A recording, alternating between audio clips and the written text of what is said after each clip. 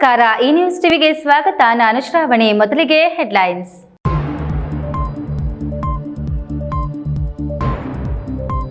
ಬಿರುಗಾಳಿ ಮಳೆಗೆ ನೆಲಕಚ್ಚಿದ ಟೊಮೊಟೊ ಬೆಳೆ, 4 ಲಕ್ಷ ಮಣ್ಣು ಪಾಲು. ಹೆಂಡತಿ ಆಸ್ಪತ್ರೆ ಚಿಕಿತ್ಸೆಗೆ ಆಸರಿಯಾಗುವ ಕನಸು ಹೊಂದಿದ್ದ ರೈತನಿಗೆ ನಿರಾಸೆ. 2 ವರ್ಷದಿಂದ ಪ್ರೀತಿಸುತ್ತಿದ್ದ ಪ್ರೇಮಿಗಳು ಕುಟುಂಬಸ್ಥರು ಅಡ್ಡಪಡಿಸಿ ಹೆಣ್ಣು ಮಗಳಿಗೆ ಮದುವೆ. ನಂತರವೂ ಮುಂದುವರೆದ ಪ್ರೇಮ. ಕೃಷಿ ಹೊಂಡಕ್ಕೆ ಹಾರಿ ಪ್ರೇಮಿಗಳಿಬ್ಬರ ದಾರುಣ ಸಾವು. ಅಪಘಾತದಲ್ಲಿ ಕೋಮಾ ಸ್ಥಿತಿಗೆ ತೆರಳಿದ್ದ ಯುವಕನ ಕಣ್ಣು ದಾನ ಮಾಡಿದ ಪೋಷಕರು. ಇಬ್ಬರ ಬಾಳಲ್ಲಿ ಬೆಳಕಾದ ಆನಂದ್. ಪ್ರವಾಸಿಗರಿಂದ ನಂದಿಗಿರಿ ಧಾಮ ಜಾಮ್ ಗಂಟೆಗಟ್ಟಲೆ ಟ್ರಾಫಿಕ್ ನಲ್ಲಿ ಸಿಕ್ಕಿ ಹಾಕಿಕೊಂಡ ಪ್ರವಾಸಿಗರು. ಅವ್ಯವಸ್ಥೆಯಿಂದ ಕೂಡಿದ್ದ ಸಂಚಾರಕ್ಕೆ ಹೈರಾಣು. ಚುನಾವಣಾ ಸಂದರ್ಭದಲ್ಲಿ ನೀರಾವರಿಗೆ ಬೆಂಬಲ ಅಂತಾರೆ, ಗೆದ್ದ ನಂತರ ಜನಪ್ರತಿನಿಧಿಗಳು ಮರೆತು ಹೋಗ್ತಾರೆ. ನೀರಾವರಿ ಸಭೆಗೆ ಆಗಮಿಸಿದ ಜನಪ್ರತಿನಿಧಿಗಳ ನಡೆಗೆ ಆಕ್ರೋಶ.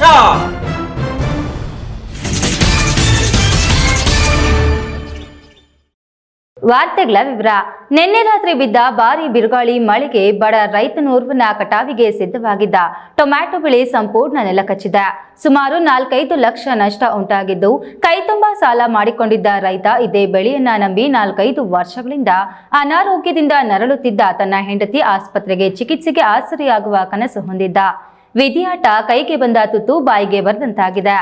ಅದೆಲ್ಲಿ ಅಂತೀರಾ? ಈ ಸ್ಟೋರಿ ನೋಡಿ.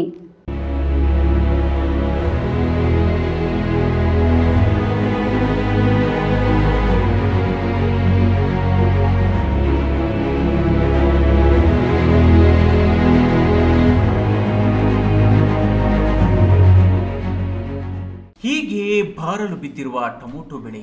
ಗಿಡ ಮೇಲೆತ್ತಿ ನೋಡಿದ್ರೆ ಗಿಡ ತುಂಬಾ ಕಾಯಿ, ನೆಲಕ್ಕೆ ಉದುರಿ ಬಿದ್ದಿದೆ. ಆಪಲ್ ಗಾತ್ರದ ಟೊಮೊಟೊ ಇವತ್ತೇ ಶಾಂಪಲ್ ಕೀಳಬೇಕೆಂದು ಎಲ್ಲ ಸಿದ್ಧತೆ ಮಾಡಿಕೊಂಡಿದ್ದ ರೈತ ಬೆಳಗ್ಗೆ ಬಂದು ನೋಡುವಷ್ಟರಲ್ಲಿ ನೆಲ ಕಚ್ಚಿದೆ. ಇದೆಲ್ಲ ನಡೆದಿದ್ದು ಚಿಕ್ಕಬಳ್ಳಾಪುರ ತಾಲೂಕು ದೊಡ್ಡಮರಳಿ ಗ್ರಾಮದ ಬಡ ರೈತ ಈಶ್ವರಪ್ಪ ತೋಟದಲ್ಲಿ. ಸುಮಾರು 4 ಲಕ್ಷಕ್ಕೂ ಹೆಚ್ಚು ನಷ್ಟ ಉಂಟಾಗಿದೆ. ಆಪಲ್ನಂತೆ ರೆಡಿಯಾಗಿದ್ದ ನಾಮದಾರಿ ಟೊಮೊಟೊ ಇವತ್ತೇ ಶಾಂಪಲ್ ಮಾರುಕಟ್ಟೆಗೆ ಹೋಗಲು ಸಿದ್ಧತೆ ಮಾಡಿಕೊಂಡಿದ್ರು. ಆತನ ಅದೃಷ್ಟಕ್ಕೆ ದರವು ಚೆನ್ನಾಗಿಯೇ ಇತ್ತು. ವಿಧಿಯಾಟ ಯಾರು ನೋಡಿದ್ದಾರೆ? ನಿನ್ನೆ ರಾತ್ರಿಯೇ ರಾಕ್ಷಸನಂತೆ ಎರಗಿದ ಬಿರುಗಾಳಿ ಇಡೀ ತೋಟವನ್ನೇ ಮಲಗಿಸಿ ಬಿಟ್ಟಿದೆ. ಇನ್ನು ಇದೇ ಬೆಳೆಯನ್ನೇ ನಂಬಿ ರೈತ ಈಶ್ವರಪ್ಪನ ಹೆಂಡತಿ ಕಳೆದ 4-5 ವರ್ಷಗಳಿಂದ ಅನಾರೋಗ್ಯದಿಂದ ನರಳುತ್ತಿದ್ದು, ಇದರಿಂದ ಬರುವ ಹಣದಲ್ಲಿ ಚಿಕಿತ್ಸೆ ಕೊಡಿಸಿ ಉಳಿದ ಹಣವನ್ನ ಸಾಲ ತೀರಿಸುವ ಕನಸು ಕಂಡಿದ್ದ ಈ ರೈತ ಈಶ್ವರಪ್ಪ. ನಾವು ಈಶ್ವರಪ್ಪ ಸಾಲ ಮಾಡಿ ಈಗೂ ಮದ್ದುಗಳು ಅವ್ರ ಹತ್ರ ಇಸ್ಕೊಂಬಂದು ನಾನು ಬೆಳೆ ತೆಗಿತಾ ಇದ್ದೀನಿ, ಮಕ್ಕಳು ಓದಿಸ್ತಾ ಇದ್ದೀನಿ. ರಾತ್ರಿ ಗಾಳಿ ಬಂದು ಈ ಥರ ಹಿಂಗೆ ಆಗಿದೆ. ಗಿಡ ಎಲ್ಲ ನೆಲ ಕಚ್ಚಿಬಿಟ್ಟಿದೆ ಸರ್. ಶಾಂಪಲ್ ಇನ್ನೂ ಕಿತ್ತೇ ಇರಲ್ಲ. ಇವತ್ತು ಕಿಲೋನ ಅಂದ್ಕೊಂಡಿದ್ದೆ ಶಾಂಪಲ್, ಒಂದು 10 ಕ್ರೇಟ್ ಸಿಗ್ತಾವೆ ಅಂದ್ಕೊಂಡೆ. ರೇಟ್ಗಳೇನೋ ಒಂದು ದೇವರು ಕಣ್ಣೆತ್ತು ನೋಡಿದ್ದ, ಒಂದು 800-1000 ಇತ್ತು ರೇಟು. ಸಾಲಗಳು ಮಾಡಿರೋದಂಗೆ ಬಗೆಹರಿಸ್ಕೊಳ್ಳೋಣ ಅಂತ ಅಂದ್ಕೊಂಡಿದ್ದೆ. ಇನ್ನು ಗಿಡ ಎತ್ತಿದ್ರೂ ಆಗಲ್ಲ ಸರ್. ಮಳೆ ತುಂತುರು ಮಳೆ ಜೋರ್ಗ ಬಂತು, ಗಾಳಿ ಎತ್ಕಂತೂ ಒಂದೇ ಬಿದ್ದಾಗಿದೆ. ಇನ್ನು ದೊಡ್ಡಮರಳಿ ರೈತ ಈಶ್ವರಪ್ಪ ಟೊಮೊಟೊ ನೆಲಕ್ಕುರುಳಿ ಅಪಾರ ನಷ್ಟ ಉಂಟಾಗಿರುವ ಮಾಹಿತಿ ಮೇರೆಗೆ ರೈತ ಮುಖಂಡ ಯಲವಳ್ಳಿ ರಮೇಶ್ ಅವರು ಈಶ್ವರಪ್ಪ ತೋಟಕ್ಕೆ ಭೇಟಿ ನೀಡಿ ಸಾಂತ್ವನ ಹೇಳಿ ತಮ್ಮ ಕೈಲಾದ ಹಣ ಸಹಾಯ ಮಾಡಿ ತೋಟಗಾರಿಕೆ ಇಲಾಖೆ ಅಧಿಕಾರಿಗಳು ಪರಿಹಾರ ಕೊಡಿಸಬೇಕು ಎಂದು ಆಗ್ರಹಿಸಿದರು. ಇದಕ್ಕೆ ಸುಮಾರು ಇವಾಗ ಒಳ್ಳೆ ಬೆಲೆ ಇದೆ ಅಂತ ಹೇಳ್ಬಿಟ್ಟು ಎಲ್ಲ ಅಂಗಡಿಗಳ ಹತ್ರ ಸಾಲ ಆಗಿಲ್ಲ. ನಾನು ಕೆಲವು ಅಂಗಡಿಗಳಿಗೆ ಹೇಳಿ ಕೊಡಿಸಿದ್ದೀನಿ, ಲಕ್ಷಾಂತರ ರೂಪಾಯಿ ಬಂಡವಾಳ ಹಾಕಿದ್ದಾನೆ. ಈಗ ಏಕಾಏಕಿ ರಾತ್ರಿ ಮಳೆ ಬಂದ್ಬಿಟ್ಟು ಗಾಳಿ ಇದ್ದಕ್ಕಿದ್ದಂಗೆ ಬಂತು. ಅದೇನೋ ವಾರದಿಂದ ಇರಲಿಲ್ಲ ಮಳೆ. ಏಕಾಏಕಿ ರಾತ್ರಿ 8:30-9 ಮಧ್ಯದಲ್ಲಿ ವಿಪರೀತ ಮಳೆ ಬಂದ್ಬಿಡ್ತು. ಏಕ್ದಮ್ಮು ಗಾಳಿ ಹೊಡೀತು. ಈ ಗಾಳಿ ಯಾವಾಗ ಹಿಂಗೆ ಹೊಡಿತೋ ಸಂಪೂರ್ಣ ಇದು ನೋಡಿ ನಮಗೆ ಅಯ್ಯೋ ಅನಿಸ್ತದೆ, ಕಣ್ಣಲ್ಲಿ ನೀರು ಬರ್ತದೆ. ಸೊ ಹಂಗಾಗಿ ಈಗ ಸರ್ಕಾರ ಇಂಥದಕ್ಕೆ ಜರೂರಾಗಿ ಪರಿಹಾರ ಕೊಡಬೇಕು. ಅಲ್ಲದೆ ಶಾಸಕ ಪ್ರದೀಪ್ ಈಶ್ವರ್ಗೂ ದೂರವಾಣಿ ಮೂಲಕ ಮಾತನಾಡಿ ನಡೆದ ಘಟನೆ ಬಗ್ಗೆ ತಿಳಿಸಿ ಒಂದಷ್ಟು ಪರಿಹಾರ ಕೊಡಿಸಿ ಅವರ ಸಂಸಾರ ಉಳಿಸಿ ಎಂದು ಮನವಿ ಮಾಡುತ್ತಿದ್ರು. ಈ ವೇಳೆ ಗ್ರಾಮ ಲೆಕ್ಕಿಗ ಪ್ರಕಾಶ್, ಜನಾರ್ದನ್, ಕಳವಾರ ಶ್ರೀಧರ್ ಮತ್ತಿತರ ಗ್ರಾಮದ ರೈತ ಮುಖಂಡರು ಜೊತೆಗಿದ್ರು. K S Narayanaswamy, news TV, Chikkaballapur.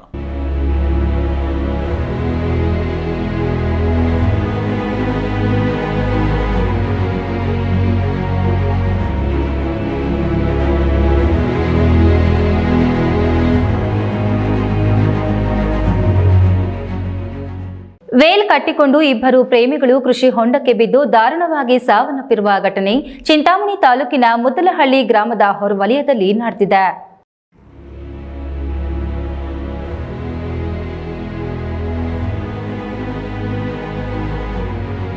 ಮೃತ ಯುವತಿಯನ್ನು ಚಿಂತಾಮಣಿ ತಾಲೂಕು ಕಾಚಹಳ್ಳಿ ಗ್ರಾಮದ ಅನುಷಾ 19 ವರ್ಷ ಹಾಗೂ ಕೊರ್ಲಪತ್ತಿ ಬಳಿಯ ಮುದ್ದಲಹಳ್ಳಿ ಗ್ರಾಮದ ವೇಣು 21 ವರ್ಷ ಎಂದು ತಿಳಿದು ಬಂದಿದೆ.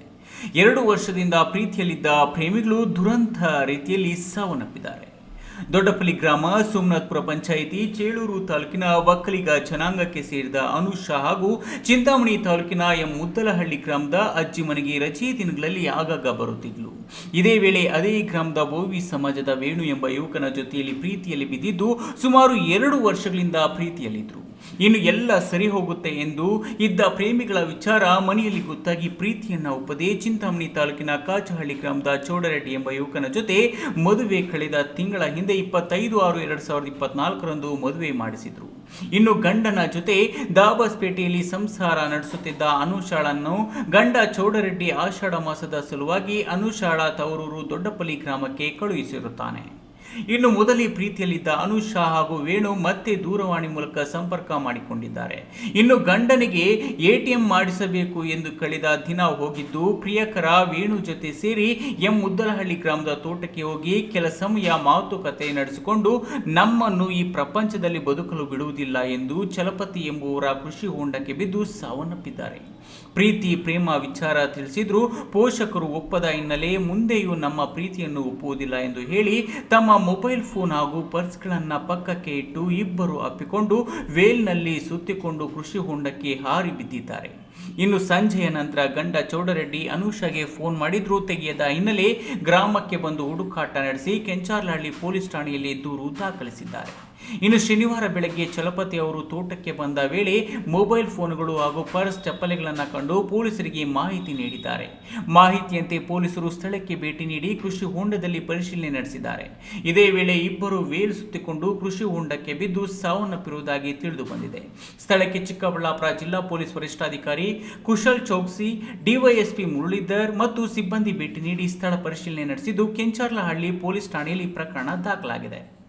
ಬಿದೇವಪ್ಪ, ಈ ನ್ಯೂಸ್ ಟಿವಿ, ಚಿಂತಾಮಣಿ. 2 ಬೈಕುಗಳ ಮಧ್ಯೆ ಡಿಕ್ಕಿಯಾಗಿ ಸಾವು ಬದುಕಿನ ಹೋರಾಟ ನಡೆಸುತ್ತಿದ್ದ ಯುವಕ ಮೆಡಿಕಲ್ ಕಾಲೇಜಿಗೆ ಕಣ್ಣುದಾನ ಮಾಡಿ ಮಾದರಿಯಾಗಿದ್ದಾನೆ. ಅವರ ಮಗನಿಲ್ಲದ ದುಃಖವನ್ನು ಬೇರೆಯವರ ಬಾಳಿಗೆ ಬೆಳಕಾಗಿ ಅವರ ಮುಖಾಂತರ ಜಗತ್ತಿನ ಯಾವುದೋ ಒಂದು ಮೂಲೆಯಲ್ಲಿ ಮಗನಾಗಿದ್ದಾನೆ ಎಂದು ಆಸೆಯಿಂದ ಜೀವನ ಸಾಗಿಸುವುದಾಗಿ ನೇತ್ರದಾನ ಮಾಡಿ ಇಬ್ಬರ ಬಾಳಿನ ಬೆಳಕಾದ ಘಟನೆ ಇಂದು ಸರ್ಕಾರಿ ಜಿಲ್ಲಾಸ್ಪತ್ರೆಯಲ್ಲಿ ನಡೆದಿದೆ.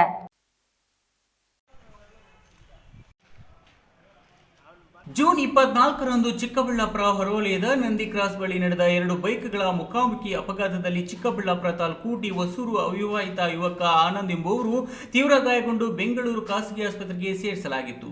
ಅಲ್ಲಿಂದ ವಿಕ್ಟೋರಿಯಾ ಆಸ್ಪತ್ರೆಗೆ ಸೇರಿಸಿ ಅಲ್ಲಿಯೂ ಗುಣಮುಖರಾಗದ ಆನಂದ್ರನ್ನ ಕೊನೆಗೆ ಚಿಕ್ಕಬಳ್ಳಾಪುರ ಜಿಲ್ಲಾಸ್ಪತ್ರೆ ಐಸಿಯುನಲ್ಲಿ ಚಿಕಿತ್ಸೆಗೆ ಒಳಪಡಿಸಲಾಗಿತ್ತು. ಕೋಮಾದಲ್ಲಿಯೇ ಇದ್ದ ಆನಂದ್ ಇಂದು ಕೊನೆಯುಸಿರೆಳೆದಿದ್ದಾನೆ. ಹೇಗಿದ್ರೂ ಮಗ ಉಳಿಯೋದಿಲ್ಲ, ಅವನ ನಂತರ ಅವನ ಕಣ್ಣುಗಳು ಬೇರೆಯವರ ಬಾಳಿನ ಬೆಳಕಾಗಲಿ ಅಂತ ಅವರ ತಾಯಿ ವೆಂಕಟರತ್ನಮ್ಮ, ತಂದೆ ಗೋಪಾಲ್ ಎನ್ನುವರು ವೈದ್ಯರು ಮತ್ತು ಕೆಲವು ಸಂಘ ಸಂಸ್ಥೆಗಳ ಮುಖಂಡರ ಶಿಫಾರಸಿನಿಂದ ನೇತ್ರದಾನಕ್ಕೆ ಮುಂದಾಗಿ ಚಿಕ್ಕಬಳ್ಳಾಪುರ ಮೆಡಿಕಲ್ ಆಸ್ಪತ್ರೆಗೆ ಕಣ್ಣು ದಾನ ಮಾಡಿ ಮಾದರಿಯಾಗಿದ್ದಾರೆಂದು ವೆಂಕಟರತ್ನಮ್ಮ ತಮ್ಮ ನರಸಿಂಹಮೂರ್ತಿ ತಿಳಿಸಿದ್ದಾರೆ. ನನ್ನ ಹೆಸರು ನರಸಿಂಹಮೂರ್ತಿ ಅಂತ. ಈಗ ತೀರ್ಕೊಂಡಿರ್ತಕ್ಕಂಥ ಆನಂದ್ ಎಂಬ ಹುಡುಗ ನಮ್ಮ ಅಕ್ಕನ ಮಗ. ನಮ್ಮ ಅಕ್ಕ ವೆಂಕಟರತ್ನಮ್ಮ ಅಂತ, ಅವರ ಅಪ್ಪ ಗೋಪಾಲಪ್ಪ. ಅವರಿಗೆ ಏಕೈಕ ಪುತ್ರ ಈ ಆನಂದು. ಇನ್ನೂ ಮದುವೆ ಆಗಿರಲಿಲ್ಲ, 24 ವರ್ಷ. 2 ಬೈಕ್ಗಳ ಮಧ್ಯೆ ಡಿಕ್ಕಿಯಾಗಿ ಜೂನ್ 21ನೇ ತಾರೀಕು ಬೆಂಗಳೂರಿನ ಖಾಸಗಿ ಆಸ್ಪತ್ರೆಗೆ ದಾಖಲೆ ಮಾಡಿದ್ವಿ. ಅದಾದ ನಂತರ ವಿಕ್ಟೋರಿಯಾ ಆಸ್ಪತ್ರೆಗೆ ದಾಖಲಿಸಿದಾಗ 12 ದಿವಸಗಳ ಕಾಲ ಚಿಕಿತ್ಸೆ ಪಡೆದ ನಂತರ ಚಿಕ್ಕಬಳ್ಳಾಪುರ ಜಿಲ್ಲಾ ಆಸ್ಪತ್ರೆಗೆ ಕರ್ಕೊಂಡ್ಬಂದು ಇಲ್ಲಿ ICUಯಲ್ಲಿ ಚಿಕಿತ್ಸೆ ಪಡೆಯುತ್ತಿದ್ದ. ಸೊ ಇಂದು ಜುಲೈ 14ನೇ ತಾರೀಕು ಇಂದು ಬೆಳಗಿನ ಜಾವ 5 ಗಂಟೆಗೆ ಸಾವನ್ನಪ್ಪಿರ್ತಾನೆ. ಸೊ ಈ ಒಂದು ಸಾವು ಬೇರೆಯವರ ಬಾಳಿನಲ್ಲಿ ಬೆಳಕಾಗಲಿ ಅಂತ ಅವನ ಕಣ್ಣನ್ನು ನಾವು ಈ ಸಮಾಜಕ್ಕೆ ದಾನ ಮಾಡ್ತಾಯಿದ್ದೀವಿ. ಅವನು ಕೂಲಿ ಕೆಲಸ ಮಾಡಿಕೊಂಡು ಅವರ ತಂದೆ ತಾಯಿಯನ್ನು ಸಾಕ್ತಾ ಇದ್ದ. ಸೊ ಅವನೊಬ್ಬನೇ ಮಗ ಆಗಿದ್ದ. ಇನ್ನು ವಿವಾಹವಾಗದ ಯುವಕ ಆನಂದ್ ಸಾವಿಗೆ ಕಂಬನಿ ಮಿಡಿದ ಅಂಬೇಡ್ಕರ್ ಸಂಘದ ಅಧ್ಯಕ್ಷ ಪಿಳ್ಳಾಂಜಿ ಹಾಗೂ ಆತನ ಸ್ನೇಹಿತರು ಇಂದು ಆಸ್ಪತ್ರೆಯಲ್ಲಿ ಅವರ ಕುಟುಂಬದ ಜೊತೆಗಿದ್ದು ಆನಂದ್ ಅವರ ಅಂತಿಮ ದರ್ಶನ ಪಡೆದರು. KS ನಾರಾಯಣಸ್ವಾಮಿ, ಈ ನ್ಯೂಸ್ ಟಿವಿ, ಚಿಕ್ಕಬಳ್ಳಾಪುರ. ಇದೀಗ ವಿರಾಮದ ನಂತರ ಈ ನ್ಯೂಸ್ ಟಿವಿ ಮುಂದುವರಿಯುತ್ತದೆ. ಈಗ ಒಂದು 4 ವರ್ಷದ ಕೆಳಗೆ ನನ್ನ ಗ್ಯಾಸ್ ಟ್ರಬಲ್ ಶುರು ಆಗಿತ್ತು. ಹೊಟ್ಟೆ ನೋವು, ಎದೆ ನೋವು, ಮಸಲ್ಸ್ ನೋವು ತಿಳ್ಕೊಳಕ್ 10 ಪರೀಕ್ಷೆಗಳು. ಒಂದಿನ ಟಿವಿ ನೋಡ್ತಾ ಇದ್ದೆ. ಹೊಟ್ಟೆಗೆ ಬರ್ತಕ್ಕಂಥ 180 ಸಮಸ್ಯೆಗಳಿಗೂ ರಾಮಬಾಣವಾಗಿ ಅಮೃತ ಬಿಂದು ಇದೆ. ನಾನು ಅಮೃತ ಬಿಂದು ತಗೊಳಕ್ ಶುರು ಮಾಡಿದಾಗಿಂದ ಆರಾಮಾಗಿದ್ದೀನಿ. ನನ್ನ ಕನಸು ಡಾಕ್ಟರ್ ಆಗೋದು. ಡಾಕ್ಟರ್ ಆಗೋದು ನನ್ನ ಕನಸು. ಮಗಳು ಡಾಕ್ಟರ್ ಆಗಲಿ ಅನ್ನೋದು ನನ್ನ ಕನಸು. ಕನಸು ಎಲ್ಲರಿಗೂ ಇರುತ್ತದೆ. ಇಂಕ ಡಾಕ್ಟರ್ ಅವ್ರ ಪಂದು ಭಾರಿ ಆಸೆ ಉಂಡು. ಮೆಡಿಕಲ್ ಓದೋಣ ನಡ ಸ್ವಪ್ನ. ಮಕ್ಕಸುಚ್ ಎಕ್ಕ ಸಪನ ಡಾಕ್ಟರ್ ಜಾವ್ ಕಾಮೂಣ. ಕನಸು ಎಲ್ಲೆಲ್ಲೂ ಇರುತ್ತದೆ. ಮೆಡಿಕಲ್ ಓದುವುದು ನನ್ನ ಕನಸು. ನನ್ನ ಮಗನು ಡಾಕ್ಟರ್ ಆಗ್ಬೋದೇನ್ರಿ? ನನ್ನ ಕನಸು ಡಾಕ್ಟರ್ ಆಗೋದು. ಕನಸು ಎಲ್ಲರ ಹಕ್ಕು. ಆದರೆ ಕನಸು ನನಸಾಗಲು ಬೇಕು ನಂಬಿಕೆ, ಛಲ ಮತ್ತು ಪರಿಶ್ರಮ ನೀಟ್ ಅಕಾಡೆಮಿ. ವಿರಾಮದ ನಂತರ ಈ ನ್ಯೂಸ್ ಟಿವಿಗೆ ಸ್ವಾಗತ. ಕರುನಾಡಲ್ಲಿ ಮುಂಗಾರು ಅಬ್ಬರಿಸುತ್ತಿದೆ. ಕರಾವಳಿಯಲ್ಲಂತೂ ನದಿ, ಜಲಪಾತ, ಸಮುದ್ರ ಬೋರ್ಗರೆಯುತ್ತಿವೆ. ಕರಾವಳಿಯ ಪ್ರವಾಸಿ ತಾಣಗಳಲ್ಲಿ ಪ್ರವಾಸಿಗರು ಹುಚ್ಚಾಟ ತಾರಕಕ್ಕೇರಿದ್ದು, ಮುನ್ನೆಚ್ಚರಿಕೆಯಾಗಿ ಹಲವು ಪ್ರವಾಸಿ ತಾಣಗಳಿಗೆ ನಿರ್ಬಂಧ ಏರಲಾಗಿದೆ. ಆದ್ರಿಂದ ಬೆಂಗಳೂರಿಗೆ ಸಮೀಪ ಇರೋ ಅದೊಂದು ಜಿಲ್ಲೆಯ ಪ್ರವಾಸಿ ತಾಣಗಳ ಕಡೆ ಪ್ರವಾಸಿಗರು ಮುಖ ಮಾಡಿದ್ದು, ಪ್ರವಾಸಿ ತಾಣಗಳು ಜನರಿಂದ ಹೌಸ್ಫುಲ್ ಆಗಿದ್ವು. ಆ ಜಿಲ್ಲೆ ಯಾವುದು ಅಂತೀರಾ? ಈ ಸ್ಟೋರಿ ನೋಡಿ.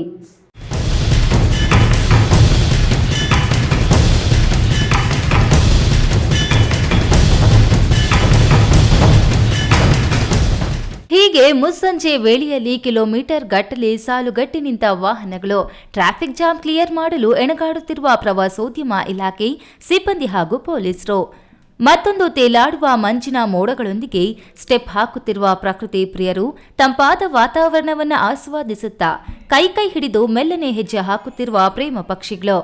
ಇದು ಒಂದು ಭಾಗವಾದರೆ ಬಿಎಂಟಿಸಿ ಎಸಿ ಬಸ್ನಲ್ಲಿ ಜಾಲಿಯಾಗಿ ಪ್ರವಾಸಿ ತಾಣಗಳಿಗೆ ರೌಂಡ್ಸ್ ಹೊಡೆಯುತ್ತಿರುವ ಪ್ರವಾಸಿಗರು. ಈ ಎಲ್ಲಾ ದೃಶ್ಯಗಳು ಕಂಡುಬಂದಿದ್ದು ರಾಜಧಾನಿಗೆ ಸಮೀಪ ಇರೋ ಚಿಕ್ಕಬಳ್ಳಾಪುರ ತಾಲೂಕಿನಲ್ಲಿ. ಕರ್ನಾಟಕದಲ್ಲಿ ಮುಂಗಾರು ಅಬ್ಬರಿಸುತ್ತಿದ್ದು, ನದಿ, ಜಲಪಾತ, ಸಮುದ್ರ ಹುಕ್ಕಿ ಹರಿಯುತ್ತಿವೆ. ಹರಿಯುವ ನೀರಿನಲ್ಲಿ ಪ್ರವಾಸಿಗರ ಹುಚ್ಚಾಟ ಹೆಚ್ಚಾಗಿದ್ದು, ಉತ್ತರ ಕನ್ನಡ, ಚಿಕ್ಕಮಗಳೂರು, ದಕ್ಷಿಣ ಕನ್ನಡ, ಉಡುಪಿ ಜಿಲ್ಲೆಗಳ ಹಲವು ಪ್ರವಾಸಿ ತಾಣಗಳಿಗೆ ನಿರ್ಬಂಧ ಏರಲಾಗಿದೆ. ಇದರಿಂದ ಬೆಂಗಳೂರಿಗೆ ಸಮೀಪ ಇರೋ ಚಿಕ್ಕಬಳ್ಳಾಪುರ ತಾಲೂಕಿನ ವಿಶ್ವವಿಖ್ಯಾತ ನಂದಿ ಗಿರಿಧಾಮದ ಕಡೆ ಪ್ರವಾಸಿಗರ ದಂಡೆ ಹರಿದು ಬಂದಿದ್ದು, ಬೆಟ್ಟದಲ್ಲಿ ಟ್ರಾಫಿಕ್ ಜಾಮ್ನಲ್ಲಿ ಸಿಲುಕಿ ಪರದಾಡುವಂತಾಗಿತ್ತು. ಹೇಗೋ ಕಷ್ಟಪಟ್ಟು ಬೆಟ್ಟದ ಮೇಲೆ ಹೋದ ಪ್ರವಾಸಿಗರಿಗೆ ನಂದಿ ಸ್ವರ್ಗದ ಬಾಗಿಲು ತೆರೆದಿತ್ತು. ಇಂದು ಭಾನುವಾರ ಬೆಳಗಿನ ಜಾವ 4 ಗಂಟೆಯಿಂದಲೇ ಸಾವಿರಾರು ಜನ ವಾಹನಗಳಲ್ಲಿ ಅಪಾರ ಪ್ರಮಾಣದಲ್ಲಿ ಆಗಮಿಸಿದ್ದು, ವಾಹನಗಳು ಮೇಲೆ ತೆರಳಲು ಸಾಧ್ಯವಾಗದೆ ಟ್ರಾಫಿಕ್ ಜಾಮ್ ಆಗಿತ್ತು. ಇದರಿಂದ 4 ಗಂಟೆಗಳಿಗೂ ಅಧಿಕ ಕಾಲ ಪ್ರವಾಸಿಗರು ಪರದಾಡಿದ್ರು. ಸದ್ಯ ವೀಕೆಂಡ್ನಲ್ಲಿ ಚಿಕ್ಕಬಳ್ಳಾಪುರ ಪ್ರವಾಸಿಗರ ಹಾಟ್ಸ್ಪಾಟ್ ಆಗಿದೆ. ಜನರಿಲ್ಲದೆ ಖಾಲಿಯಾಗಿದ್ದ ಜಿಲ್ಲೆಯ ಹಲವು ಪ್ರವಾಸಿ ತಾಣಗಳಿಗೆ ಮರು ಜೀವ ಬಂದಿದ್ದು, ಗತ ವೈಭವ ತಳೆದಿವೆ. ಇದರಿಂದ ತಾಲೂಕಿನ ಅಂಗಡಿ, ಹೋಟೆಲ್, ರೆಸ್ಟೋರೆಂಟ್, ಹೋಮ್ ಸ್ಟೇಗಳು ಹೌಸ್ಫುಲ್ ಆಗಿದ್ದು, ಭರ್ಜರಿ ವ್ಯಾಪಾರದಿಂದ ಇತ್ತ ಪ್ರವಾಸಿಗರು ಖುಷ್, ಅತ್ತ ವ್ಯಾಪಾರಸ್ಥರು ಫುಲ್ ಖುಷ್ ಆಗಿದ್ದಾರೆ. ಈ news TV bureau, Chikkaballapur. Chikkaballapur, Kolar ಜಿಲ್ಲೆಗಳಲ್ಲಿ ಶಾಶ್ವತ ನೀರಾವರಿ ಯೋಜನೆಗಳಿಗಾಗಿ 30 ವರ್ಷಗಳಿಂದ ಹೋರಾಟ ನಡೆಯುತ್ತಲೇ ಇದೆ. ಶಾಶ್ವತ ನೀರಾವರಿ ಹೋರಾಟ ಸಮಿತಿ ಮರಳಿ ಯತ್ನವ ಮಾಡು ಅಂತ ಈಗ ಆಯ್ಕೆಯಾಗಿರುವ ಶಾಸಕರಿಗೆ ವಿಧಾನಸಭೆಯಲ್ಲಿ ಎತ್ತಿನಹೊಳೆ ಹಾಗೂ ಅದಕ್ಕೆ ಪರ್ಯಾಯ ಜಲಮೂಲಗಳ ಸಂಗ್ರಹಿಸಿ ನೀರು ಹರಿಸುವ ಬಗ್ಗೆ ಮಾಹಿತಿ ನೀಡಿ ದಾಖಲೆಗಳನ್ನು ಒದಗಿಸುವ ದೃಷ್ಟಿಯಿಂದ ಕರೆದಿದ್ದು, ಅವರ ಆಸಕ್ತಿಗೆ ನಾನು ಸ್ಪಂದಿಸುತ್ತೇನೆ. ಯಾರು ಪ್ರಶ್ನೆ ಮಾಡಲಿ ಬಿಡಲಿ, ನಾನಂತೂ ಕೇಳಿಯೇ ತಿರುತ್ತೇನೆಂದು ಶಾಸಕ ಸಮೃದ್ಧಿ ಮಂಜುನಾಥ್ ತಿಳಿಸಿದರು. ಈ ಶಾಸಕರ ವಿರುದ್ಧ ನಾವು ಹೋರಾಟವನ್ನು ತಗೊಳ್ಬೇಕು ಅಂತ ತೀರ್ಮಾನ ಮಾಡಿದ್ವಿ. ಈ ಎತ್ತಿನ ಹೊಳೆ ಅನ್ನೋದು ಒಂದು ಬೊಗಸಕ್ಕೆ ತುಂಬಿಸಕ್ಕಂತ ಒಂದು ಯೋಜನೆ ಅಷ್ಟೇ.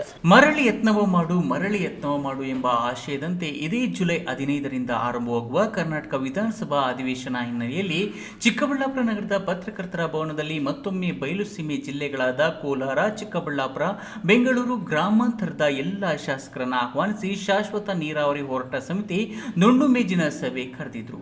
ಸಭೆಗೆ ಮುಳುಬಾಗಿಲು ಶಾಸಕ ಸಮೃದ್ಧಿ ಮಂಜುನಾಥ್ ಒಬ್ಬರು ಬಿಟ್ಟರೆ ಉಳಿದವರು ಯಾರೂ ಹಾಜರಾಗಲಿಲ್ಲ.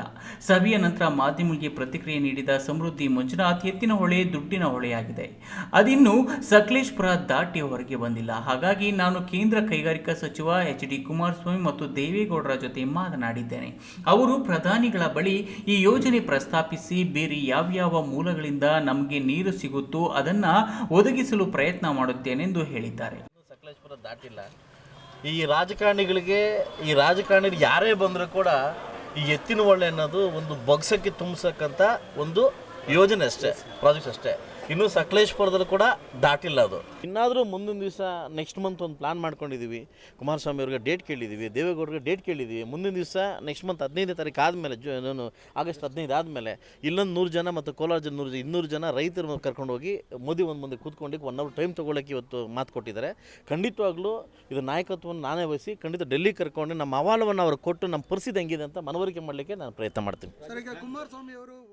ಈಗ ಶಾಶ್ವತ ನೀರಾವರಿ ಹೋರಾಟ ಸಮಿತಿ ಮಾಡಿರುವ ಮನವಿ ಆಧಾರದಲ್ಲಿ ಸೆಷನ್ನಲ್ಲಿ ನಾನು ಮಾತನಾಡುತ್ತೇನೆ ಎಂದರು. ಶಾಶ್ವತ ನೀರಾವರಿ ಹೋರಾಟ ಸಮಿತಿ ಅಧ್ಯಕ್ಷ ಆರ್ ಆಂಜನೇಯ ರೆಡ್ಡಿ ಮಾತನಾಡಿ, ರಾಜಕಾರಣಿಗಳು ತಾವು ಗೆಲ್ಲುವಾಗ ಹೋರಾಟಕ್ಕೆ ಬೆಂಬಲ ಕೊಡ್ತಾರೆ, ಆಮೇಲೆ ಮರೆತು ಬಿಡುತ್ತಾರೆ. ಇವತ್ತು ನಾವು ಸೆಷನ್ನಲ್ಲಿ ಮಾತನಾಡಲು ಒಂದಿಷ್ಟು ಮಾಹಿತಿ ಒದಗಿಸುವ ದೃಷ್ಟಿಯಿಂದ ದುಂಡು ಮೇಜಿನ ಸಭೆ ಕರೆಯಲಾಗಿತ್ತು. ಮುಳುಬಾಗಿಲು ಶಾಸಕರು ಬಿಟ್ಟರೆ ಬೇರೆ ಯಾರೂ ಬಂದಿಲ್ಲ. ಅದಕ್ಕೆ ಇನ್ನು ಮುಂದೆ ನಾವು ನೀರಾವರಿ ಹೋರಾಟ ಬಿಟ್ಟು ಶಾಸಕರ ವಿರುದ್ಧ ಹೋರಾಟ ಮಾಡಬೇಕಾಗುತ್ತದೆ ಎಂದು ಆಕ್ರೋಶ ಹೊರಹಾಕಿದರು.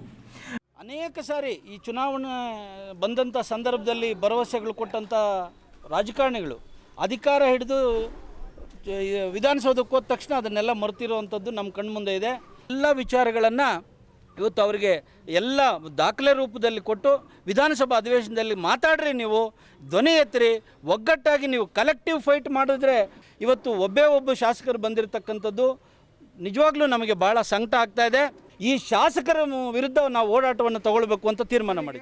ಸಭೆಯಲ್ಲಿ ಕಾಮ್ರೇಡ್ ಲಕ್ಷ್ಮಯ್ಯ, ನಾಗನಾಳ, ನಾರಾಯಣಸ್ವಾಮಿ, ಮಳ್ಳೂರು ಹರೀಶ್, ಸುಷ್ಮಾ ಶ್ರೀನಿವಾಸ್, ಆಯುಷಾ, ಯುವಶಕ್ತಿ ಮುಖಂಡರು, ಬಾವಣ್ಣ, ರೈತ ಸಂಘ ಅಧ್ಯಕ್ಷ ಜಿಜೆ ಹಳ್ಳಿ ನಾರಾಯಣಸ್ವಾಮಿ ಇತರರು ಪಾಲ್ಗೊಂಡಿದ್ದರು. ಕೆಎಸ್ ನಾರಾಯಣಸ್ವಾಮಿ, ಈ ನ್ಯೂಸ್ ಟಿವಿ, ಚಿಕ್ಕಬಳ್ಳಾಪುರ. ಬೆಂಗಳೂರಿನಿಂದ ಗೌರಿಬಿದನೂರು ಮಾರ್ಗವಾಗಿ ಹಿಂದೂಪುರಕ್ಕೆ ತೆರಳುವ ರಾಜ್ಯ ಹೆದ್ದಾರಿಯಲ್ಲಿ ಇತ್ತೀಚೆಗೆ ಎತ್ತಿನಹೊಳೆ ಪೈಪ್ಲೈನ್ ಅಳವಡಿಸುವ ಕಾಮಗಾರಿ ನಡೆಯುತ್ತಿದ್ದು, ಯಾವುದೇ ಮುಂಜಾಗ್ರತೆ ಕ್ರಮ ಕೈಗೊಳ್ಳದೆ ಅವೈಜ್ಞಾನಿಕವಾಗಿ ಕಾಮಗಾರಿ ಕೈಗೊಂಡಿರುವುದರಿಂದ ನಿತ್ಯ ಅಪಘಾತಗಳು ಸಂಭವಿಸುತ್ತಿದ್ದು, ಸಂಬಂಧಪಟ್ಟ ಅಧಿಕಾರಿಗಳು ಕೂಡಲೇ ಕ್ರಮ ಕೈಗೊಳ್ಳಬೇಕೆಂದು ಸಾರ್ವಜನಿಕರು ಆಗ್ರಹಿಸಿದ್ದಾರೆ.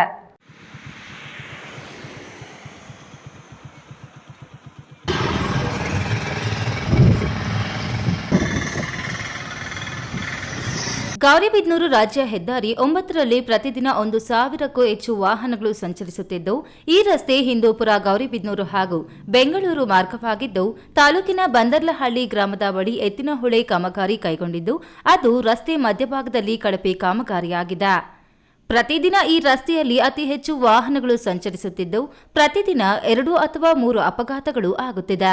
ಭಾನುವಾರದಂದು ದ್ವಿಚಕ್ರ ವಾಹನದಲ್ಲಿ ಬೆಂಗಳೂರಿನ ಕಡೆಗೆ ಹೋಗುತ್ತಿದ್ದ ಮಹಿಳೆ ಬಿದ್ದು ತಲೆಗೆ ತೀವ್ರ ಪೆಟ್ಟು ಬಿದ್ದಿದ್ದು ಕೋಮಾಗೆ ಹೋಗುವ ಸ್ಥಿತಿ ಬಂದಿದೆ. ಈ ರಸ್ತೆ ಟೋಲ್ಗೆ ಹತ್ತಿರವಿದ್ದು ಅಧಿಕಾರಿಗಳು ಇದನ್ನ ಕಡೆಗಣಿಸುತ್ತಿದ್ದಾರೆ. ಸಂಬಂಧಪಟ್ಟ ಅಧಿಕಾರಿಗಳು ಇತ್ತ ಗಮನ ಹರಿಸಿ ರಸ್ತೆ ಸರಿಪಡಿಸಿ ಪ್ರತಿದಿನ ಆಗುವ ಅಪಘಾತಗಳನ್ನು ತಪ್ಪಿಸಿ ಜನರ ಪ್ರಾಣವನ್ನ ಉಳಿಸಬೇಕೆಂದು ಬಂದರ್ಲಹಳ್ಳಿ ಗ್ರಾಮಸ್ಥರು ಒತ್ತಾಯಿಸಿದ್ದಾರೆ. ಬಂದರ್ಲಹಳ್ಳಿ ಗ್ರಾಮಸ್ಥರು ದಯವಿಟ್ಟು ಈ ರೋಡ್ ಬಂದು ಏನಪ್ಪಾ ಅಂದ್ರೆ ಸ್ಟೇಟ್ ಹೈವೇ ಆಗಿರ್ತಕ್ಕಂಥ SH9 ಆಗಿರುತ್ತೆ. ಈ ರೋಡಲ್ಲಿ ಪ್ರತಿದಿನ ಏನಿಲ್ಲ ಅಂದ್ರೂ 1,500 ಗಾಡಿಗಳು ಹಿಂದೂಪಟ್ಟು ಬೆಂಗಳೂರು ಹೋಗುವಂತ ಒಂದು ಮಾರ್ಗ ಆಗಿದೆ. ಈ ಒಂದು ಮಾರ್ಗದಲ್ಲಿ ಎತ್ತಿನಹೊಳೆ ಕಾಮಗಾರಿಯನ್ನ ಮಾಡಲಾಗಿದೆ, ಕೈಗೊಂಡಿದ್ದು. ಈ ಒಂದು ಕಾಮಗಾರಿ ಕಳಪೆ ಕಾಮಗಾರಿಯಾಗಿದ್ದು, ಪ್ರತಿದಿನ ಈ ಒಂದು ರೋಡಲ್ಲಿ ಏನಿಲ್ಲ ಅಂದ್ರೂ 1,000-1,500 ಗಾಡಿ ತಿರುಗುವಂತ ಒಂದು ರೋಡ್ ಆಗಿದ್ದು, ಇಲ್ಲಿ 2-3 ಆಘಾತ ಪ್ರತಿದಿನ ಆಗುತ್ತೆ. ಪ್ರಸ್ತುತ ಇವತ್ತು ಇಲ್ಲಿ ಒಬ್ಬ ಲೇಡಿ ಬಿದ್ದು ಆ ಲೇಡಿ ಕೋಮಾಗೆ ಹೋಗುವಂತ ಸ್ಥಿತಿ ಪರಿಣಮಿಸಿದೆ. ದಯವಿಟ್ಟು ಟೋಲಿಂದ 1 ಕಿಲೋಮೀಟರ್ ಇದೆ ಅಷ್ಟೇ, ಟೋಲಿಂದ ನಿಯರ್ ಇರ್ತಕ್ಕಂಥ ರಸ್ತೆಯಲ್ಲಿ ಬಿದ್ದು ಗಾಯಗೊಂಡ ಮಹಿಳೆ 49 ವರ್ಷದ ಪ್ರಶಾಂತಿ ಆಂಧ್ರಪ್ರದೇಶದ ಹಿಂದೂಪುರ ಮೂಲದ ಧರ್ಮಾಪುರ ಗ್ರಾಮದ ನಿವಾಸಿ ಎಂದು ಗುರುತಿಸಲಾಗಿದ್ದು, ಗೌರಿಬಿದನೂರು ನಗರದ ಸಾರ್ವಜನಿಕ ಆಸ್ಪತ್ರೆಯಲ್ಲಿ ಪ್ರಥಮ ಚಿಕಿತ್ಸೆ ಪಡೆದು ಹೆಚ್ಚಿನ ಚಿಕಿತ್ಸೆಗೆ ಬೆಂಗಳೂರಿಗೆ ರವಾನಿಸಲಾಗಿದೆ. ಪ್ರದೀಪ್, ಈ ನ್ಯೂಸ್ ಟಿವಿ, ಗೌರಿಬಿದನೂರು. ಮೊಹರಂ ಮಾಸದ ಮೊದಲ ಪವಿತ್ರ 10 ದಿನಗಳಲ್ಲಿ ಮುಸ್ಲಿಂ ಬಾಂಧವರು ವಿವಿಧ ರೀತಿಯ ಧಾರ್ಮಿಕ ಹಾಗೂ ಸಾಮಾಜಿಕ ಕಾರ್ಯಕ್ರಮಗಳು ಹಮ್ಮಿಕೊಳ್ಳುತ್ತಾರೆ. ಈ ತಿಂಗಳ 17ನೇ ತಾರೀಕಿನಂದು ಮೊಹರಂ ಆಚರಣೆ ನಡೆಯಲಿದೆ. ಇಂದು ಮೊಹರಂ 7ನೇ ದಿನದ ಅಂಗವಾಗಿ ಕಂಕಾಯೆ ಚನ್ವರಿಯ ಸರ್ವರಿ ಬೈತುಲ್ ಮಾಲ್ ವೆಲ್ಫೇರ್ ಟ್ರಸ್ಟ್ ವತಿಯಿಂದ ರಕ್ತದಾನ ಶಿಬಿರ ಹಮ್ಮಿಕೊಳ್ಳಲಾಗಿತ್ತು.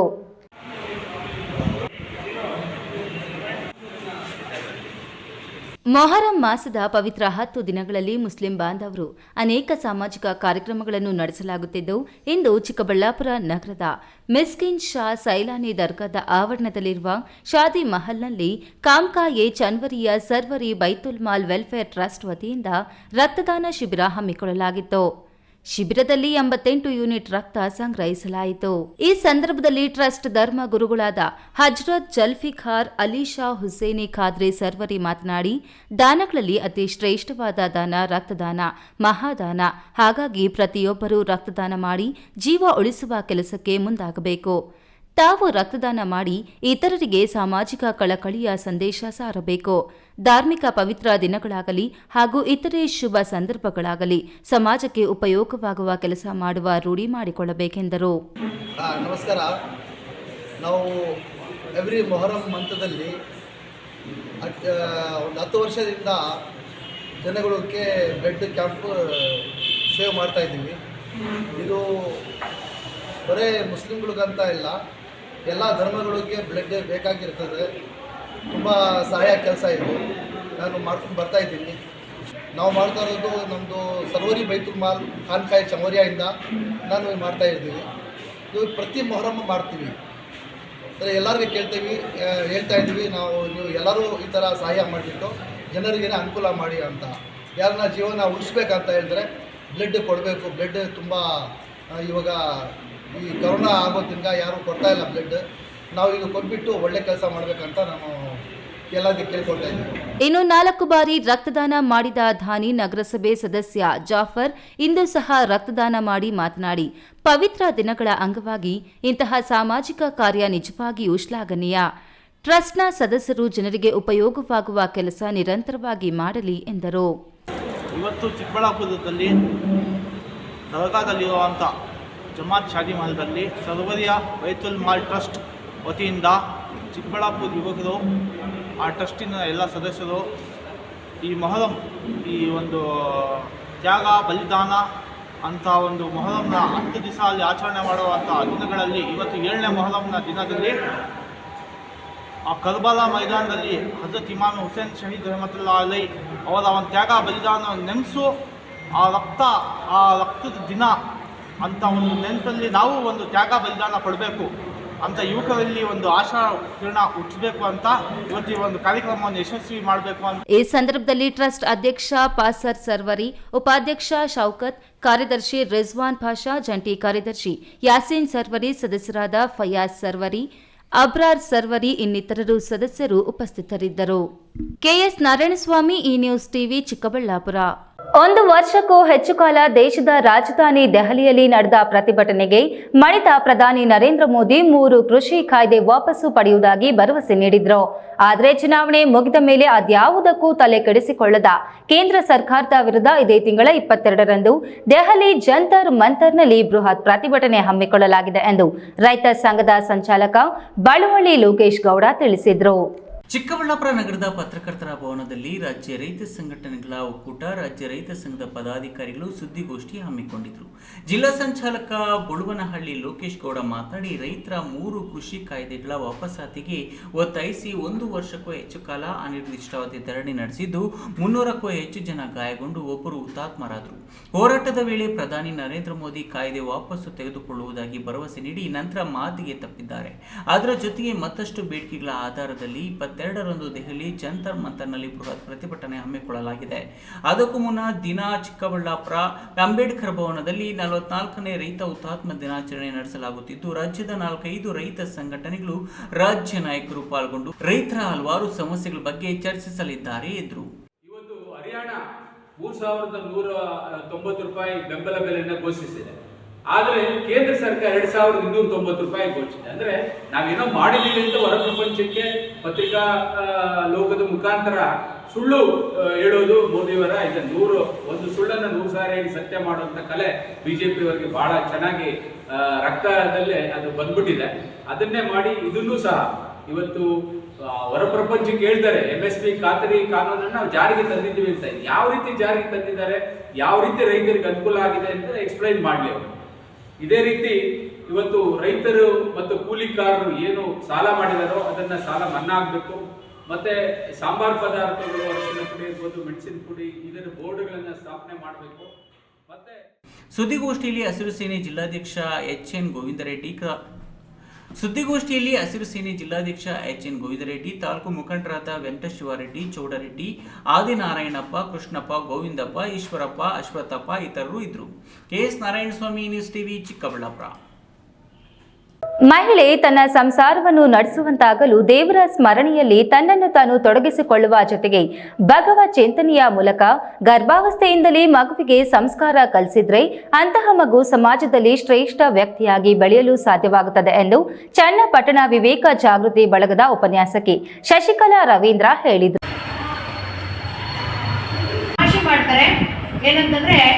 ಇವತ್ತಿನ ಹೆಣ್ಮಕ್ಳು ಬಾಗೇಪಲ್ಲಿ ಪಟ್ಟಣದ ಕನ್ನಿಕಾ ಪರಮೇಶ್ವರಿ ದೇವಾಲಯದ ಆವರಣದಲ್ಲಿ ಆಯೋಜಿಸಲಾಗಿದ್ದ ಡಿವೈನ್ ಫಾರ್ಕ್ ಟ್ರಸ್ಟ್ ಸಾಲಿಗ್ರಾಮ ಅಂಗಸಂಸ್ಥೆ ವಿವೇಕ ಜಾಗೃತ ಬಳಗ ವತಿಯಿಂದ ಮಹಿಳೆಯರಿಗಾಗಿ ವನಿತಾ ಸಂಗಮ ಕಾರ್ಯಕ್ರಮ ಆಯೋಜಿಸಿದ್ದು, ಸಂಪನ್ಮೂಲ ವ್ಯಕ್ತಿಯಾಗಿ ಉಪನ್ಯಾಸಕಿ ಶಶಿಕಲಾ ರವೀಂದ್ರ ಭಾಗವಹಿಸಿ ಮಾತನಾಡಿ, ಮಹಿಳೆ ತಾಯಿಯಾಗಿ, ಸಹೋದರಿಯಾಗಿ, ಹೆಂಡತಿಯಾಗಿ, ಗುರುವಾಗಿ ಒಂದು ಕುಟುಂಬವನ್ನ ಮುನ್ನಡೆಸುವ ಹಾಗೂ ದೇಶವನ್ನ ಆಳುವ ಶಕ್ತಿಯನ್ನ ಹೊಂದಿದ್ದಾಳೆ.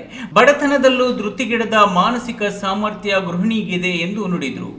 ಯಾಕೆಂದ್ರೆ ಈ ವಿಚಾರದಲ್ಲಿ ಸಂಸಾರ ಅಂತ ಬಂದಾಗ ಯಾವಾಗಲೂ ಕೃಷಿ ಹೇಳೋದು, ಸಂಸಾರವೆಂಬುದು ಸಾರಭರಿತವಾಗಬೇಕೇ ವಿನಃ ಸಸಾರವಾಗಬಾರ್ದು. ಸಂಸಾರದಲ್ಲಿ ಸೊನ್ನೆ ತೆಗೆದ್ರೆ ಏನಾಗುತ್ತದು ಸಸಾರ ಆಗುತ್ತೆ, ಸಸಾರ ಆಗಬಾರ್ದು. ಯಾಕೆಂದ್ರೆ ಹೇಗೆ ಅಮಾವಾಸ್ಯೆ ಹುಣ್ಣಿಮೆಗಳು ಬರುತ್ತೋ ಹಾಗೆ ಸಂಸಾರ ಅಂದ್ರೆ ಅಲ್ಲೂ ಕೂಡ ಏರಿಳಿತಗಳು ಇರುತ್ತೆ. ಹೇಗೆ ಸಮುದ್ರದಲ್ಲಿ ಅಲೆಗಳು ಬರುತ್ತೋ, ಹೇಗೆ ಕೋಲಾಹಲ ಆಗುತ್ತೋ, ಹಾಗೆ ಹಲವಾರು ಜನ ಮನೆಯಲ್ಲಿದ್ದಾಗ ಕೋಲಾಹಲಗಳು ಅಂತನ್ನೋದು ಹಾಗೆ ಆಗುತ್ತೆ. ನಾವು ಅವಾಗ ಏನ್ ಮಾಡ್ತಾ ಹೋಗ್ಬೇಕಂದ್ರೆ ತಾಳ್ಮೆಯಿಂದ ಹೋಗ್ಬೇಕು. ಇದೇ ಸಂದರ್ಭದಲ್ಲಿ ಡಿವೈನ್ ಫಾರ್ಕ್ ವಿವೇಕ ಜಾಗೃತ ಬಳಗ ವತಿಯಿಂದ ಪುಸ್ತಕ ಪ್ರದರ್ಶನ ಹಾಗೂ ಮಾರಾಟ ಮಾಡಿದರು. ಈ ಸಂದರ್ಭದಲ್ಲಿ ನಿವೃತ್ತ ಉಪ ತಹಶೀಲ್ದಾರ್ ಮುನಿರಾಮಯ್ಯ, ಬಾಗೇಪಲ್ಲಿ ವಿವೇಕ ಜಾಗೃತಿ ಬಳಗ ಪದಾಧಿಕಾರಿಗಳಾದ ಬಯ್ಯಪ್ಪ ರೆಡ್ಡಿ, ಶ್ವೇತಾ ಗಂಜಂ, ಅಶ್ವಥ್ ನಾರಾಯಣ, ಇಂದ್ರಾಣಿ, ವೆಂಕಟೇಶ್, ವನಿತಾ, ಬಾಗೇಪಲ್ಲಿ ತಾಲೂಕು ಶ್ರೀ ಪತಂಜಲಿ ಯೋಗ ಶಿಕ್ಷಣ ಸಮಿತಿ ಸಂಘಟನಾ ಕಾರ್ಯದರ್ಶಿ ನಾರಾಯಣಸ್ವಾಮಿ ಮತ್ತಿತರರಿದ್ದರು. Subbu, news TV, Bagepalli. ಕೇಂದ್ರ ಮತ್ತು ರಾಜ್ಯ ಸರ್ಕಾರಗಳ ಯೋಜನೆಗಳನ್ನು ಸಮರ್ಪಕವಾಗಿ ತಲುಪಿಸುತ್ತಿರುವ ಅಂಗನವಾಡಿ ಕಾರ್ಯಕರ್ತೆಯರ ಧ್ವನಿಗೆ ಕಾಂಗ್ರೆಸ್ ಸರ್ಕಾರ 5 ಯೋಜನೆಗಳ ಅನುಕೂಲ ಕಲ್ಪಿಸಿಕೊಟ್ಟಿದೆ ಎಂದು ಶಾಸಕ ಕೆವೈ ನಂಜೇಗೌಡ ಹೇಳಿದರು. ಮಾಲೂರು ಪಟ್ಟಣದ ಮಾಸ್ತಿ ವೆಂಕಟೇಶ ಅಯ್ಯಂಗಾರ್ ರಂಗಮಂದಿರದಲ್ಲಿ ಮಹಿಳಾ ಮತ್ತು ಮಕ್ಕಳ ಅಭಿವೃದ್ಧಿ ಇಲಾಖೆ ಶಿಶು ಅಭಿವೃದ್ಧಿ ಯೋಜನೆ ವತಿಯಿಂದ ಪೋಷಣ್ ಅಭಿಯಾನ ಯೋಜನೆಯಡಿ ಅಂಗನವಾಡಿ ಕಾರ್ಯಕರ್ತೆಯರಿಗೆ ಸ್ಮಾರ್ಟ್ ಫೋನ್, ತೂಕದ ಸಾಧನ ಮತ್ತು ಮೆಡಿಸಿನ್ ಕಿಟ್ಗಳನ್ನು ಶಾಸಕ ಕೆವೈ ನಂಜೇಗೌಡ ವಿತರಣೆ ಮಾಡಿ ಮಾತನಾಡಿ, ಸರ್ಕಾರಗಳು ನೀಡುವ ಪ್ರತಿ ಯೋಜನೆಗಳನ್ನು ಜನರಿಗೆ ತಲುಪಿಸಲು ಶ್ರಮಿಸುವ ಅಂಗನವಾಡಿ ಕಾರ್ಯಕರ್ತೆಯರು ತಮ್ಮ ಗೌರವಧನ ಕಡಿಮೆ ಇದ್ದರೂ ನಿಷ್ಠೆಯಿಂದ ತಮ್ಮ ಕೆಲಸವನ್ನು ನಿರ್ವಹಿಸುತ್ತಾರೆ. ಸರ್ಕಾರದ ಯಾವುದೇ ಯೋಜನೆಗಳನ್ನು ಜಾರಿಗೆ ತಂದರೆ ಕಟ್ಟ-ಕಡೆಯ ಪ್ರಜೆಗೆ ತಲುಪುವಂತೆ ಮಾಡುವುದು ಅಂಗನವಾಡಿ ಕಾರ್ಯಕರ್ತೆಯರು ಮಾತ್ರ. ಅದಕ್ಕೆ ಸರ್ಕಾರಗಳು ಅವರ ಧ್ವನಿಗೆ ಸ್ಪಂದಿಸುವ ಕೆಲಸ ನಮ್ಮ ಸರ್ಕಾರ ಮಾಡುತ್ತಿದೆ. ಧ್ವನಿಗೆ ನಾನು ಕೈಜೋಡಿಸುತ್ತೇನೆ. ಗೃಹಲಕ್ಷ್ಮಿ ಯೋಜನೆಯಲ್ಲಿ ಜಿಲ್ಲೆಯಲ್ಲಿ ಮೊದಲನೆಯ ಸ್ಥಾನ ಪಡೆದಿದ್ದು 92ರಷ್ಟು ಅಧಿಕಾರಿಗಳು ಯಶಸ್ವಿಯಾಗಿ ನಿರ್ವಹಿಸಿದ್ದಾರೆ ಎಂದರು. ಎಲ್ಲ ಕಾರ್ಯಕ್ರಮಗಳನ್ನು ತಲುಪಿಸೋ ರೀತಿಯಲ್ಲಿ ನೀವು ಆಡಳಿತವನ್ನು ಮಾಡಬೇಕು. ಸುಮಾರು ರೇಷನ್ ಆಗಿರ್ಬೋದು ಮತ್ತು ಪೌಷ್ಟಿಕಾಂಶ ಇವು ಕೊಡಂಥದ್ದಾಗಿರ್ಬೋದು, ಇವೆಲ್ಲ ಕೂಡ ಸರ್ಕಾರ ಸಪ್ಲೈ ಮಾಡಬೇಕು. ಯಾರೇ ಕಾಂಟ್ರಾಕ್ಟ್ ಆಗಿರ್ಬೋದು, ಮುಲಾಜಿನ ಬೇಕಾಗಿಲ್ಲ. ನಾನು ಈ ಅಂಗನವಾಡಿ ಕಾರ್ಯಕರ್ತರಿಗೆಲ್ಲ ನಾನು ಹೇಳ್ತಾರೆ, ಎಲ್ಲ ಕಡೆ. ಈ ಸಂದರ್ಭದಲ್ಲಿ ತಾಲೂಕು ಪಂಚಾಯಿತಿ ಇಒ ಕೃಷ್ಣಪ್ಪ, ಸರ್ಕಾರಿ ನೌಕರರ ಸಂಘದ ಅಧ್ಯಕ್ಷ ವಿ ಮುನೇಗೌಡ, ಶಿಶು ಅಭಿವೃದ್ಧಿ ಇಲಾಖೆಯ ಜಿಲ್ಲಾ ನಿರ್ವಹಣಾ ಅಧಿಕಾರಿ ವಂಶೀಕೃಷ್ಣ, ತಾಲೂಕು ಸಹಾಯಕ ನಿರ್ದೇಶಕ ಬೈರಾರೆಡ್ಡಿ, ಆರೋಗ್ಯಾಧಿಕಾರಿ ಡಾ ರಮೇಶ್ ಬಾಬು, ಕೃಷಿಕ ಸಮಾಜದ ಅಧ್ಯಕ್ಷ ಹನುಮಂತಪ್ಪ ಮತ್ತಿತರರು ಹಾಜರಿದ್ದರು. Keshav, news TV, Malur. ಅಕ್ರಮವಾಗಿ ಹಸುಗಳನ್ನು ಕಸಾಯಿ ಖಾನೆಗೆ ಸಾಗಿಸುತ್ತಿದ್ದ ಖಚಿತ ಮಾಹಿತಿ ಮೇರೆಗೆ ಹಸುಗಳನ್ನು ಸಾಗಿಸುತ್ತಿದ್ದ ಕ್ಯಾಂಟರ್ ವಾಹನ ಸಮೇತ 3 ಆರೋಪಿಗಳನ್ನು ಬಂಧಿಸಿ ಹಸುಗಳನ್ನು ರಕ್ಷಿಸಿರುವ ಘಟನೆ ಬಾಗೇಪಲ್ಲಿ ಟೋಲ್ ಗೇಟ್ ಬಳಿ ನಡೆದಿದೆ.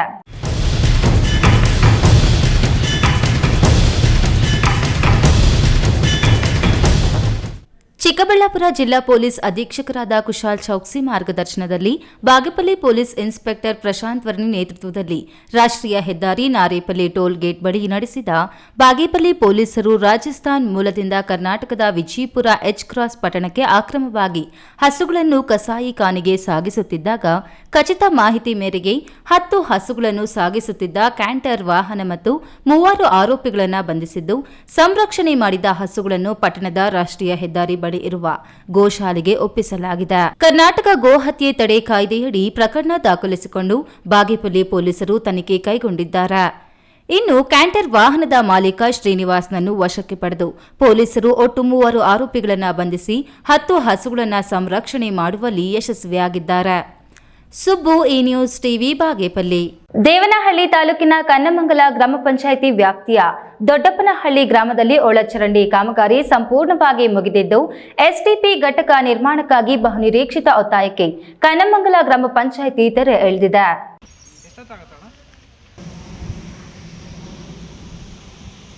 ದೊಡ್ಡಪ್ಪನಹಳ್ಳಿ ಗ್ರಾಮದ ಹಜ್ರತ್ ಸತ್ತಾರ್ ಶಾವಲಿ ದರ್ಗಾ ಪಕ್ಕದಲ್ಲಿಯೇ ಊರಿನ ಮಲತ್ಯಾಜ್ಯವೆಲ್ಲ ಸಂಗ್ರಹವಾಗುತ್ತಿದ್ದ ಕಾರಣ ತೆರೆದ ಕೊಂಟೆಯಿಂದ ದುರ್ವಾಸನೆಗೆ ದರ್ಗಾಗೆ ಬರುವವರು ಮೂಗು ಮುಚ್ಚಿಕೊಂಡು ಹೋಗುವ ಪರಿಸ್ಥಿತಿ ಇತ್ತು.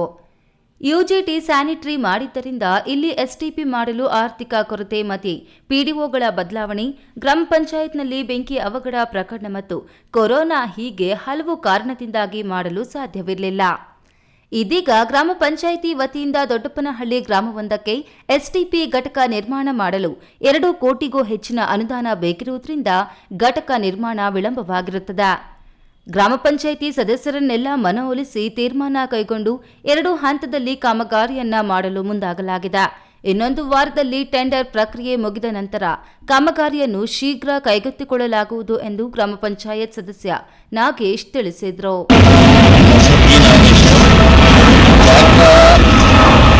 ಮುಂಚೆ ನಾವು ಬರೋದಕ್ಕಿಂತ ಮುಂಚೆ ಏನಾದರೂ ಬರೀ 4 ಇಂಚು ಪೈಪ್ ಹಾಕ್ಬಿಟ್ಟು ಯುಜಿಡಿ ಮಾಡಿದ್ದು, ಸ್ಯಾನಿಟರಿ ಯುಜಿಡಿ ಮಾಡಿದ್ದು.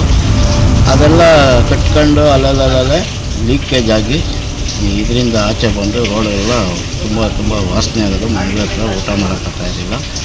ಅದನ್ನು ಇದು ಪ್ರಾಬ್ಲಮ್ ಆಯಿತು. ಬೆಂಕಿ ಅದೆಲ್ಲ ಆಯ್ತಲ್ಲ, ಅದರಿಂದ ಸ್ವಲ್ಪ ವಿಳಂಬ ಆಯಿತು.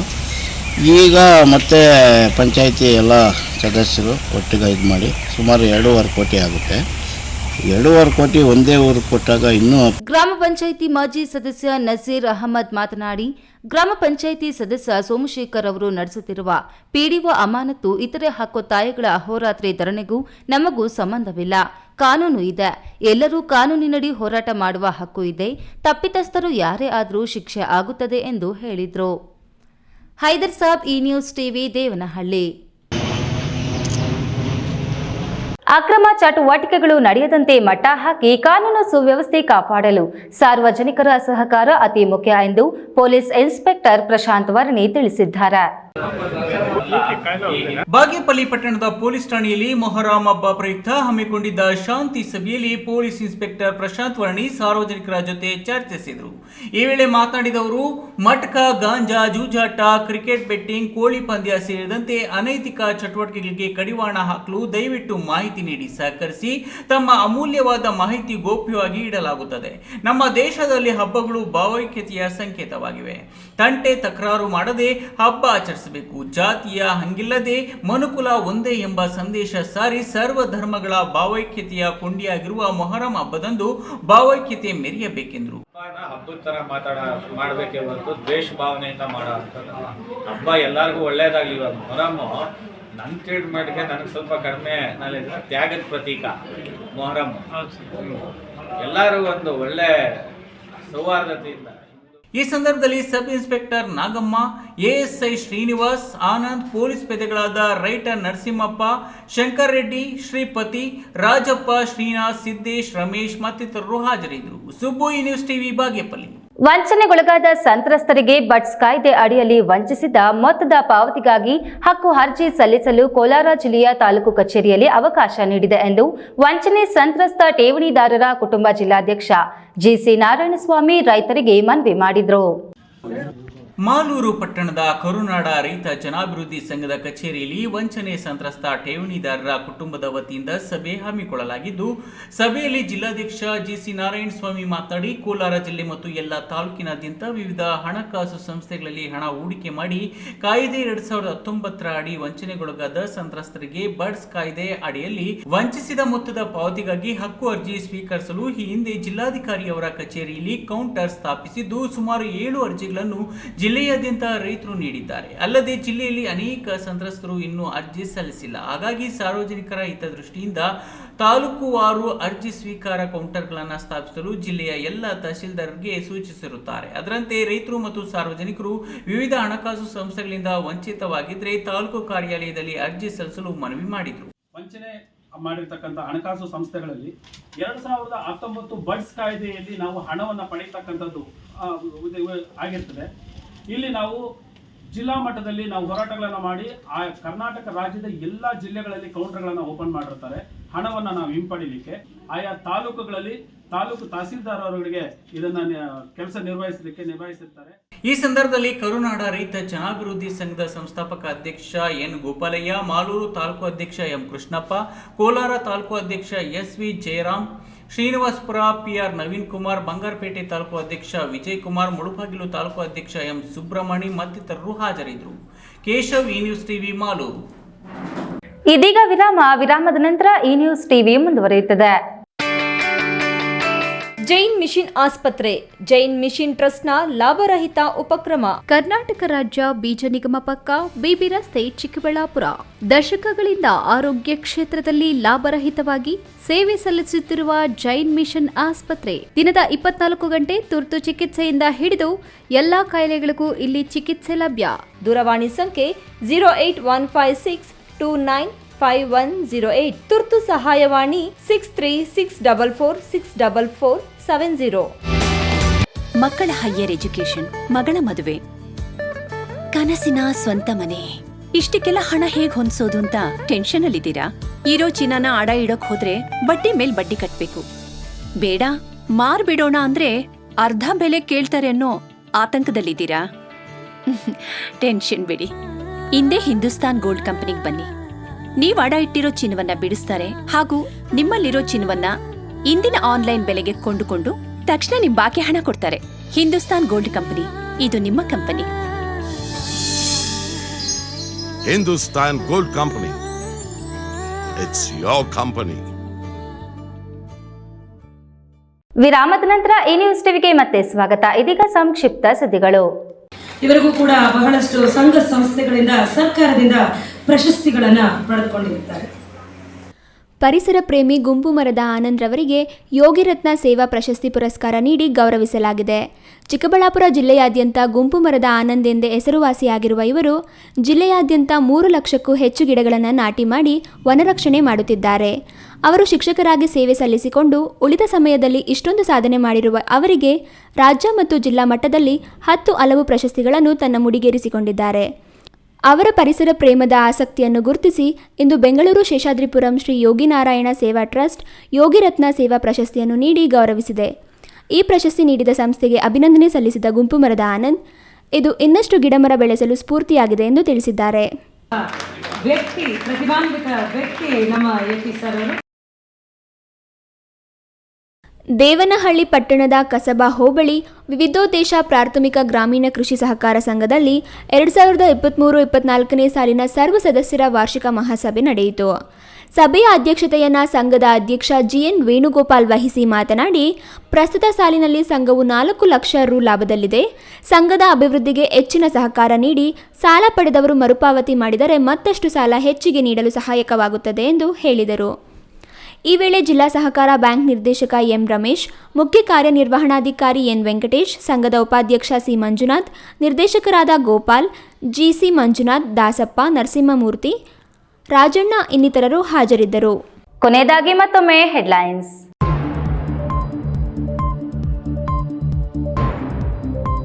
ಬಿರುಗಾಳಿ ಮಳೆಗೆ ನೆಲಕಚ್ಚಿದ ಟೊಮೊಟೊ ಬೆಳೆ, 4 ಲಕ್ಷ ಮಣ್ಣು ಪಾಲು. ಹೆಂಡತಿ ಆಸ್ಪತ್ರೆ ಚಿಕಿತ್ಸೆಗೆ ಆಸರಿಯಾಗುವ ಕನಸು ಹೊಂದಿದ್ದ ರೈತನಿಗೆ ನಿರಾಸೆ. 2 ವರ್ಷದಿಂದ ಪ್ರೀತಿಸುತ್ತಿದ್ದ ಪ್ರೇಮಿಗಳು ಕುಟುಂಬಸ್ಥರು ಅಡ್ಡಪಡಿಸಿ ಹೆಣ್ಣು ಮಗಳಿಗೆ ಮದುವೆ. ನಂತರವೂ ಮುಂದುವರೆದ ಪ್ರೇಮ, ಕೃಷಿ ಹೊಂಡಕ್ಕೆ ಹಾರಿ ಪ್ರೇಮಿಗಳಿಬ್ಬರ ದಾರುಣ ಸಾವು. ಅಪಘಾತದಲ್ಲಿ ಕೋಮಾ ಸ್ಥಿತಿಗೆ ತೆರಳಿದ್ದ ಯುವಕನ ಕಣ್ಣು ದಾನ ಮಾಡಿದ ಪೋಷಕರು. ಇಬ್ಬರ ಬಾಳಲ್ಲಿ ಬೆಳಕಾದ ಆನಂದ್. ಪ್ರವಾಸಿಗರಿಂದ ನಂದಿಗಿರಿಧಾಮ ಜಾಮ್ ಗಂಟೆಗಟ್ಟಲೆ ಟ್ರಾಫಿಕ್ ನಲ್ಲಿ ಸಿಕ್ಕಿ ಹಾಕಿಕೊಂಡ ಪ್ರವಾಸಿಗರು. ಅವ್ಯವಸ್ಥೆಯಿಂದ ಕೂಡಿದ್ದ ಸಂಚಾರಕ್ಕೆ ಹೈರಾಣು. ಚುನಾವಣಾ ಸಂದರ್ಭದಲ್ಲಿ ನೀರಾವರಿಗೆ ಬೆಂಬಲ ಅಂತಾರೆ, ಗೆದ್ದ ನಂತರ ಜನಪ್ರತಿನಿಧಿಗಳು ಮರೆತು ಹೋಗ್ತಾರೆ. ನೀರಾವರಿ ಸಭೆಗೆ ಆಗಮಿಸಿದ ಜನಪ್ರತಿನಿಧಿಗಳ ನಡೆಗೆ ಆಕ್ರೋಶ. ದಿನನಿತ್ಯದ ಸುದ್ದಿ ಸ್ವಾರಸ್ಯಕ್ಕಾಗಿ ತಪ್ಪದೆ ವೀಕ್ಷಿಸಿ ಈ ನ್ಯೂಸ್ ಟಿವಿ.